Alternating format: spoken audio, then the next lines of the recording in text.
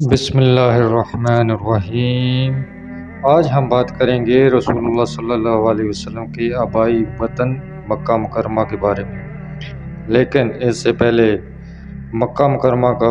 ذکر ہو نبی پاک صلی اللہ علیہ وآلہ وسلم کے حوالے سے اور حضرت ابراہیم علیہ السلام کا نہ ہو تو یہ بھی زیادتی ہوگی۔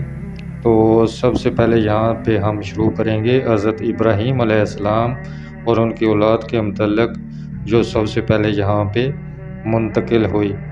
تو تذکرہ کرتے ہیں سب سے پہلے حضرت ابراہیم علیہ السلام کا۔ شہر مکہ کی اولین آبادی دو پاکیزہ نفوس پر مشتمل تھی، یعنی حضرت اسماعیل علیہ السلام اور ان کی والدہ ہاجرہ۔ حضرت اسماعیل علیہ السلام اللہ کے جلیل القدر پیغمبر حضرت ابراہیم علیہ السلام کے فرزند تھے، جنہیں ابو الانبیاء بھی کہا جاتا ہے، کیونکہ ان کے بعد جتنے بھی نبی آئے وہ سب انہی کی اولاد میں سے تھے۔ حضرت ابراہیم علیہ السلام کی دعوت پر ایمان قبول کرنے والوں کی تعداد تو اگرچہ بہت کم تھی، یعنی صرف ان کی اہلیہ سارہ اور دوسری اہلیہ حضرت ہاجرہ نیز بھتیجے حضرت لوط علیہ السلام، یہ کل امت تھی حضرت ابراہیم علیہ السلام کی، لیکن اللہ سبحانہ تعالیٰ کی طرف سے انہیں مقام و رتبہ بہت ہی بلند عطا کیا گیا اور امام الناس کا لقب عطا کیا گیا۔ قانون قدرت یہ ہے کہ جب کسی کو بلند مقام و رتبہ سے نوازنا مقصود ہو تو اس کے لیے آزمائشوں کا سلسلہ بھی اسی قدر دشوار اور سخت ہوتا ہے۔ حضرت ابراہیم علیہ السلام کے ساتھ بھی یہی معاملہ ہوا اور مشکلات کا ایک طویل سلسلہ سے انہیں گزرنا پڑا۔ قرآن کریم میں ارشاد ہے، اور جب ابراہیم علیہ السلام کو ان کے رب نے کئی باتوں سے آزمایا اور انہوں نے اس کو پورا کر دیا تو اللہ نے فرمایا، میں تمہیں لوگوں کا امام بنا دوں گا۔ یعنی حضرت ابراہیم علیہ السلام متعدد و مختلف قسم کی آزمائشوں سے گزارے گئے اور ہر آزمائش میں کامیاب و کامران رہے، جس کے صلے میں انہیں اللہ کی طرف سے امام الناس کے عظیم ترین منصب پر فائز کیا گیا۔ چنانچہ صرف مسلمان ہی نہیں، یہود و نصارہ کے نزدیک بھی ان کی شخصیت انتہائی محترم اور پیشوا مانی اور سمجھی جاتی ہے، حتیٰ کہ مشرکین عرب کے نزدیک بھی وہ واجب الاحترام تھے، اگرچہ ان کی اپنی امت اور اپنے پیروکار محض 3 افراد ہی تھے۔ اسی طرح قرآن کریم میں ارشاد ہے، اور وہ ابراہیم جنہوں نے وفا کی،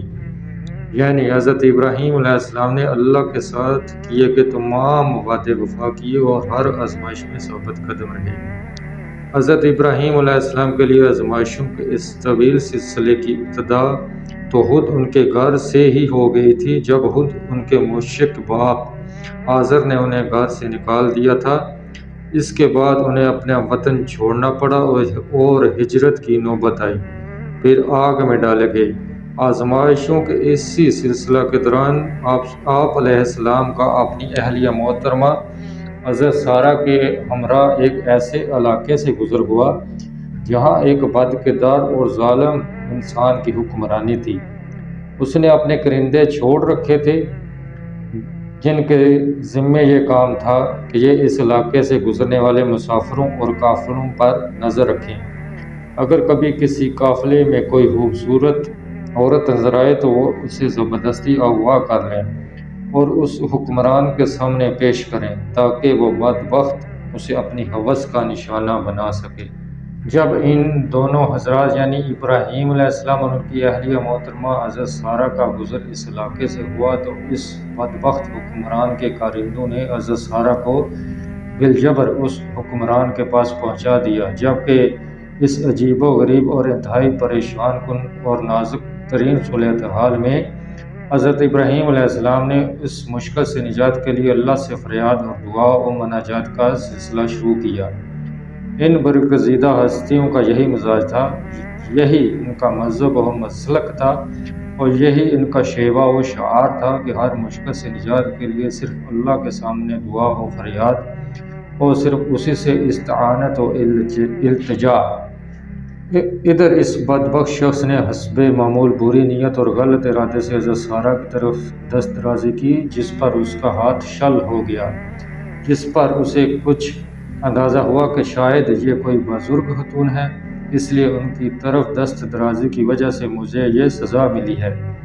لہٰذا اس نے ان سے کہا کہ میں وعدہ کرتا ہوں کہ دوبارہ ایسی حرکت نہیں کروں گا۔ آپ میرے لیے دعا کیجیے تاکہ میرا ہاتھ ٹھیک ہو جائے۔ حضرت سارہ نے اس کے لیے دعا کی، جس کے نتیجے میں اس کا ہاتھ ٹھیک ہو گیا، مگر فوراً ہی اس نے پھر وہی حرکت کی اور پھر اس کا ہاتھ مفلوج اور شل ہو گیا، اور اب دوبارہ اس نے منت سماجر و خوشامد کی کہ میرے لیے دعا کیجیے اور یہ کہ اب میں ایسی حرکت ہرگز نہیں کروں گا۔ حضرت سارہ نے دوبارہ دعا کی، جس پر اس کا ہاتھ درست ہو گیا، مگر اب پھر اس نے وہی حرکت کی اور پھر وہی ہوا۔ یوں 3 بار یہی صورتحال پیش آئی۔ تب اسے یقین ہو گیا کہ یہ تو واقعی بہت ہی عظیم ترین اور پہنچی ہوئی خاتون ہے، اور اس نے سچی توبہ کی اور خوب منت و سماجت کی۔ تب حضرت سارہ کی دعا کے نتیجے میں اس کا ہاتھ درست ہوا، تو اس نے نہ صرف یہ کہ حضرت سارہ کو آزاد کر دیا اور جانے کی اجازت دی، بلکہ ایک کنیز بھی بطور ہدیہ پیش کی، اور خدمت کی غرض سے اسے بھی ان کے ہمراہ روانہ کیا۔ اس کنیز کا نام ہاجرہ تھا۔ چونکہ حضرت ابراہیم علیہ السلام اس وقت تک بے اولاد تھے اور کافی عمر رسیدہ بھی ہو چکے تھے، جس کا حضرت سارہ کو بہت قلق اور رنج تھا، اس لیے حضرت سارہ نے اپنے شوہر نامدار حضرت ابراہیم علیہ السلام سے یہ اصرار کیا کہ مجھ سے تو آپ کو اولاد کی خوشی مل نہیں سکتی، لہٰذا میری خواہش یہ ہے کہ میں یہ کنیز آپ کو ہبہ کر دوں، یوں شاید اللہ ہمیں اولاد کی نعمت عطا فرما دے اور ہماری زندگی میں بھی خوشی کا جھونکا آ سکے۔ چنانچہ حضرت سارہ نے خود اصرار کر کے وہ کنیز حضرت ابراہیم علیہ السلام کو ہبہ کر دی، جس کے نتیجے میں اللہ نے انہیں بیٹا اسماعیل علیہ السلام عطا کیا۔ یوں ہاجرہ اسماعیل بن گئی۔ اللہ کی قدرت ملاحظہ ہو کہ اس کے بعد حضرت سارہ سے بھی بیٹے اسحاق علیہ السلام کی ولادت ہوئی، لیکن اس سے قبل جب حضرت سارہ بے اولاد ہوئی، جبکہ حضرت ہاجرہ کے ہاں بیٹے کی ولادت ہو چکی تھی۔ یہ ایسی صورتحال تھی کہ جس کی وجہ سے حضرت ابراہیم علیہ السلام خود اپنے گھر میں ہی بڑی آزمائش کا شکار ہو کر رہ گئے، اور صورتحال اس قدر بگڑی کہ بالآخر حضرت سارہ نے اب یہ اصرار کیا کہ ہاجرہ اور اسماعیل کو ان سے دور کر دیا جائے، جس پر حضرت ابراہیم علیہ السلام نے ان دونوں کو حضرت سارہ سے الگ کہیں دور بسانے کا فیصلہ کیا۔ چنانچہ وہ ان دونوں کو لیے ہوئے اس وقت اپنی جائے اقامت یعنی فلسطین سے روانہ ہوئے، اور پہاڑوں، بیابانوں اور چٹیل میدانوں میں سفر کرتے ہوئے آخر ایک ویران اور سنسان مقام پر پہنچ کر رک گئے۔ حضرت ہاجرہ اپنے شیرہار بیٹے اسماعیل کی گود میں لیے ہوئے زمین پر بیٹھ گئیں، جبکہ حضرت ابراہیم علیہ السلام ابھی بیٹھے بھی نہیں تھے کہ کھڑے کھڑے اچانک مڑے اور واپس چل دیے۔ حضرت ہاجرہ نے پوچھا کہ کہاں چل دیے آپ؟ مگر شوہر کی طرف سے کوئی جواب نہیں ملا۔ میں دوبارہ پوچھا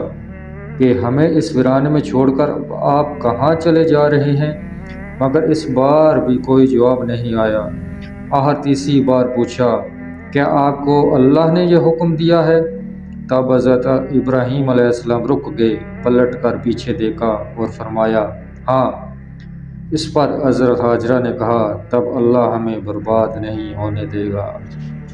اس کے بعد حضرت ابراہیم علیہ السلام ان دونوں کو چھوڑ کر وہاں سے روانہ ہو گئے۔ کچھ دور چلنے کے بعد جب ان کی نظروں سے اوجھل ہو گئے تو ایک جگہ رک کر پہاڑ کی اوٹ سے اس مقام کی طرف دیکھتے ہوئے کہ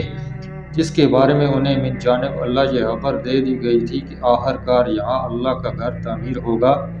جو کہ تمام دنیا انسانیت کے لیے توحید کا مرکز اور رشد و ہدایت کا منبع قرار پائے گا، خوب گڑ گڑا کر اللہ سے دعا و مناجات میں مشغول ہو گئی۔ اس دعا میں حضرت ابراہیم علیہ السلام نے اللہ سے اپنی اولاد کے لیے دنیا اور دین کی صلاح و فلاح اور خیر و خوبی کا سوال کیا، مثلاً امن و امان، سکون و اطمینان، شرک اور بت پرستی سے حفاظت، نماز کی پابندی کی توفیق، لوگوں کے دلوں کو ان کی طرف مائل و متوجہ کر دینا، ان کے لیے رزق کا انتظام، اور پھر اس رزق پر اللہ کا شکر ادا کرنے کی توفیق، چنانچہ اس موقع پر حضرت ابراہیم علیہ السلام اللہ کے حکم کی تعمیل میں اگرچہ اپنے اہل و عیال کو اس ویران و سنسان مقام پر چھوڑ کر وہاں سے روانہ ہو گئے، اور یوں ہاجرہ اور شیرہار بیٹا اسماعیل ان کی نظروں سے اوجھل تو ضرور ہو گئے، لیکن ان کی رعایت و نگہبانی اور ان کے لیے فکر مندی کے فریضے سے ہرگز غافل نہیں ہوئے، اور خوب گڑ گڑا کر اپنے اللہ سے ان کے لیے یوں دعا فریاد کی: اے ہمارے پروردگار، میں نے اپنی کچھ اولاد اس بے کھیتی کی وادی میں تیرے حرمت والے گھر کے پاس بسائی ہے۔ اے ہمارے پروردگار، یہ اس لیے کہ وہ نماز قائم رکھیں، پس تو کچھ لوگوں کے دلوں کو ان کی طرف مائل کر دے اور انہیں پھلوں کا رزق عطا فرما تاکہ یہ شکر گزاری کریں۔ اس کے بعد حضرت ابراہیم علیہ السلام وہاں سے روانہ ہو گئے اور یوں اپنے اس عمل سے ہمیشہ کے لیے دنیا انسانیت کو یہ پیغام دے گئے کہ جہاں اللہ کے ہر حکم کے سامنے ہر تعلق بے معنی اور ہر رشتہ ہیچ ہے، وہیں انسان کے لیے یہ بات بھی ضروری ہے کہ شفقت فطری کے تقاضے کے مطابق اپنی اولاد کی سلامتی اور دنیاوی و اخروی صلاح و فلاح کے لیے ہمیشہ خوب گڑ گڑا کر اور دل لگا کر اللہ سے دعا و فریاد کیا کرے۔ حضرت ابراہیم علیہ السلام کی روانگی کے بعد حضرت ہاجرہ اور ان کا شیرہار بیٹا اسماعیل دونوں وہیں اس ویرانے میں رہ گئے جہاں کوئی انسان نہیں تھا، جہاں نہ زندگی تھی نہ زندگی کا کوئی نشان۔ تھوڑی بہت جو خوراک تھی وہ ختم ہو گئی، اب انہیں بھوک اور پیاس نے ستایا اور شیرہار بچے نے بری طرح رونا اور بلکنا شروع کر دیا۔ حضرت ہاجرہ اس ویرانے میں حیران و پریشان پانی کی تلاش میں ادھر ادھر نظریں دوڑانے لگیں۔ قریب ہی ایک ٹیلہ یعنی صفا نظر آیا، اس خیال سے اس کے اوپر چڑھ گئیں کہ ٹیلے کے اوپر بلندی سے دور دور تک نگاہ جائے گی اور یوں شاید کوئی انسان یا کھانے پینے کا کوئی سامان نظر آ جائے، لیکن وہاں ایسی کوئی چیز نظر نہ آئی۔ سامنے نصف کلومیٹر کے فاصلے پر ایک اور ٹیلہ مروہ نظر آیا تو صفا سے نیچے اتری اور دوڑتی ہوئی اس دوسرے ٹیلے پر چڑھ گئی، لیکن وہاں بھی کچھ نظر نہ آیا تو واپس پھر صفا پر پہنچی۔ یوں ممتا کی ماری ہوئی اس خاتون نے اپنے بچے کے لیے پانی کی تلاش میں اس پہاڑی اور پتھریلی زمین میں دوڑتے ہوئے ان دونوں ٹیلوں کے درمیان مسلسل 7 چکر لگائے۔ 7ویں چکر کے اختتام پر جب وہ مروہ پر کھڑی ہوئی نہایت بے چینی کے ساتھ ادھر ادھر نظریں دوڑا رہی تھیں کہ اچانک انہیں ایک آواز سنائی دی۔ پلٹ کر دیکھا تو بچے کے قریب کسی کو کھڑا ہوا پایا، جو کہ در حقیقت جبرائیل علیہ السلام تھے، جنہوں نے وہاں اس مقام پر اپنا پر زمین پر مارا کہ جہاں بچہ مسلسل روتے ہوئے اور بلکتے ہوئے اپنی ایڑیاں رگڑ رہا تھا۔ تب اللہ کے حکم سے اس سنگلاخ اور پتھریلی زمین میں زمزم کا چشمہ پھوٹ پڑا۔ یوں حضرت ہاجرہ اور ان کے شیرہار رکھتے جگر حضرت اسماعیل علیہ السلام کے لیے من جانب اللہ وہاں زندگی بسر کرنے کا انتظام کر دیا گیا، اور یوں یہ دونوں ماں بیٹا مستقل طور پر اس جگہ قیام پذیر ہو گئے۔ لہٰذا یہی دونوں نفوس قدسیہ ہی اس مقدس ترین بقعہ زمین یعنی شہر مکہ کے اولین مکین تھے۔ وقت کا پہیہ چلتا رہا۔ ایک روز ملک یمن سے تعلق رکھنے والے قبیلہ بنو جرہم کا ایک قافلہ جب وہاں سے گزر رہا تھا تو انہوں نے اچانک وہاں ایک پرندہ فضا میں منڈلاتا ہوا دیکھا، جس پر انہیں حیرت بھی ہوئی اور مسرت بھی، کیونکہ یہ اس بات کی علامت تھی کہ یہاں قریب و جوار میں کہیں پانی موجود ہے، جبکہ اس سے قبل انہیں یہاں کوئی پرندہ نظر نہیں آیا تھا، اور ان کے علم کے مطابق ماضی میں یہاں پانی کا کوئی نام و نشان نہیں تھا۔ لیکن اب پرندہ اڑتا ہوا نظر آیا تو انہوں نے سرگرمی سے پانی کی تلاش شروع کر دی، جس کے نتیجے میں وہ جلد ہی زمزم تک جا پہنچے۔ وہاں حضرت ہاجرہ سے ملاقات ہوئی، تب انہوں نے ان سے یہ گزارش کی کہ ہمیں یہاں مستقل قیام اور اس پانی سے استفادے کی اجازت دی جائے۔ غور طلب بات یہ ہے کہ وہ پورا قافلہ تھا، جبکہ دوسری طرف محض ایک عورت اور اس کا کم سن بیٹا۔ اگر وہ چاہتے تو زبردستی بھی قبضہ کر سکتے تھے، لیکن انہوں نے ایسا نہیں کیا اور اعلیٰ اخلاق و کردار کا مظاہرہ کرتے ہوئے محض گزارش کی اور اجازت چاہی، جس پر حضرت ہاجرہ نے انہیں اس شرط پر اجازت دے دی کہ وہ اس پانی سے استفادہ تو کریں، لیکن اس پر ان کا کوئی حق نہیں ہوگا۔ اور یہ حق بدستور خود ان کے پاس ہی رہے گا۔ چنانچہ اس شرط کو قبول کرتے ہوئے لوگ مستقل وہیں آباد ہو گئے اور یوں مکہ کی آبادی بڑھتی گئی، حتیٰ کہ حضرت اسماعیل علیہ السلام جوان ہو گئے اور ان کی والدہ نے ان کی شادی اسی قبیلہ بنو جرہم میں کرا دی۔ یوں حضرت ابراہیم علیہ السلام کی نسل کا یہ سلسلہ حضرت اسماعیل علیہ السلام جو کہ حضرت ہاجرہ سے تھے کے توسط سے مکہ مکرمہ میں بڑھتا چلا گیا، جبکہ دوسری طرف فلسطین میں حضرت ابراہیم علیہ السلام کی نسل حضرت اسحاق علیہ السلام جو حضرت سارہ سے تھے کے توسط سے مسلسل بڑھتی چلی گئی اور آخر یہی لوگ بنی اسرائیل کہلائے۔